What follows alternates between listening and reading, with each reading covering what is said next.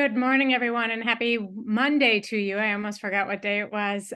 We have been having a conversation every Monday and Wednesday about social work, about being a social worker, about what the transformation of mental health would look like from a social worker's perspective, from a social worker's efforts and wishes and needs.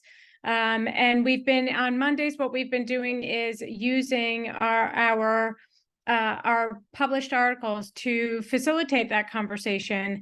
All of this leading to a panel in March where we are going to be talking about the transformation of mental health through social work. And so we've been having both these conversations here, writing the articles, and on Fridays we have a powerful, powerful group that meets. And you're all welcome to join that, a powerful group that meets to talk about the transformation of mental health through social work in the Social Work Power Certificate course. And last week when we were here, we started talking about power and what that meant for us in terms of what it is to be a social worker, to be someone who has power.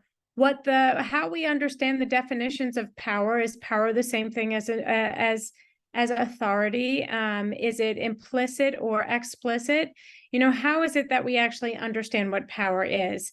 So, and we've been using this article here that I'm going to share with you now, that was written by Swede, the role of social workers in transforming mental health. We've been on this article for a while, and with good reason, because it's really been giving us an opportunity to kind of further the conversation, because there's much to be done in not just the transformation of mental health, but in who it is that we are as a collective community of social workers, and the whole idea of doing things as a solo practitioner or as a solo practitioner in an agency, or as more of as part of more of a collective community.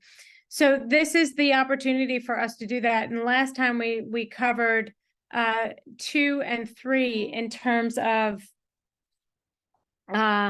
power and what it looked like in as it relates to power. And so today, let's just talk briefly about the idea of, and all of these things are about what it takes for social workers to play that role in transforming mental health.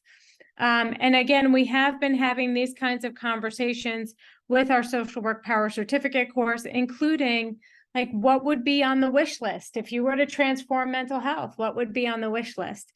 So let's talk for a moment today about number 4, which is embracing their role, recognizing their pivotal role in driving transformative change within the realm of mental health is essential.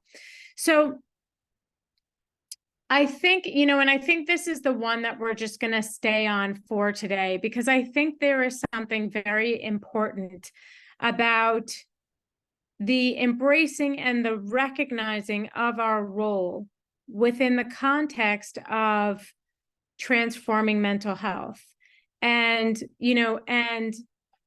I got, and we kind of started this series of conversations with that. It feels very big, right? It feels like this enormous thing that we're doing in terms of transforming mental health, and whatever responsibility we do or don't feel to it, how big or small that we think that we are, is significant or not in the process.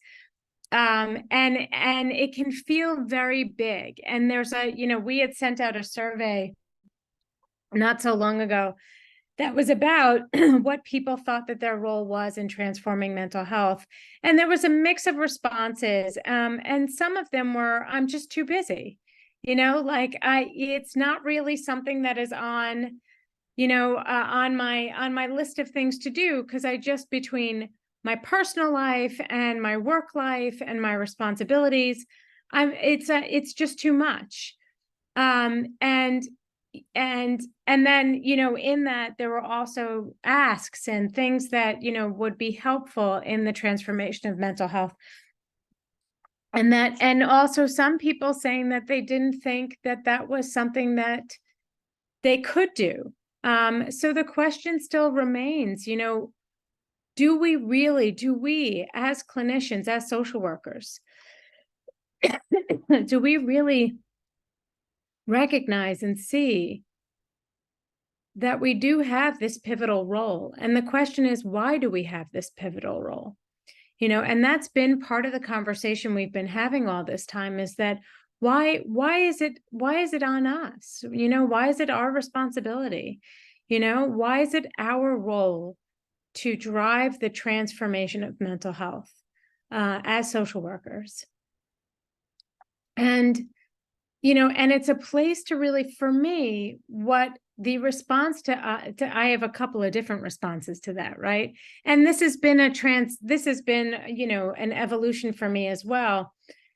For me, some of this is, well, why not?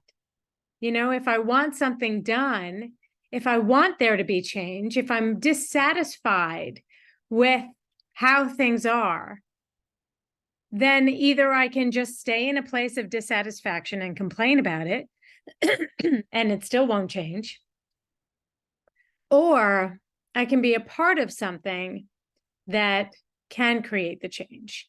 And so why not?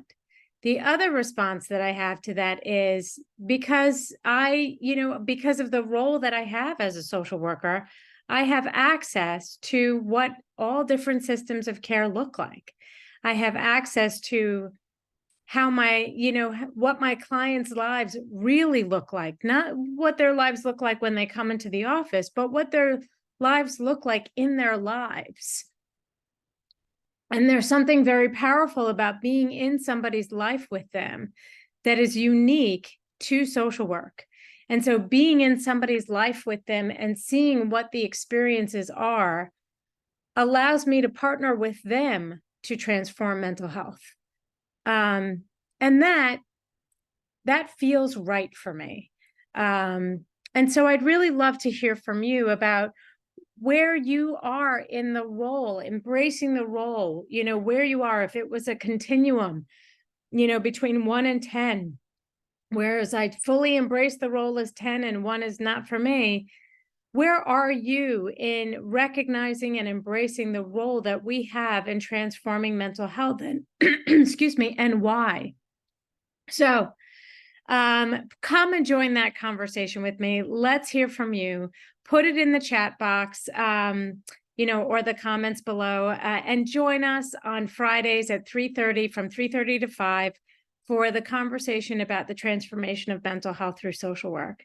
And have a wonderful, wonderful rest of your day. This is Karen Dubin with Sweet Institute, and I look forward to seeing you again very, very, very soon.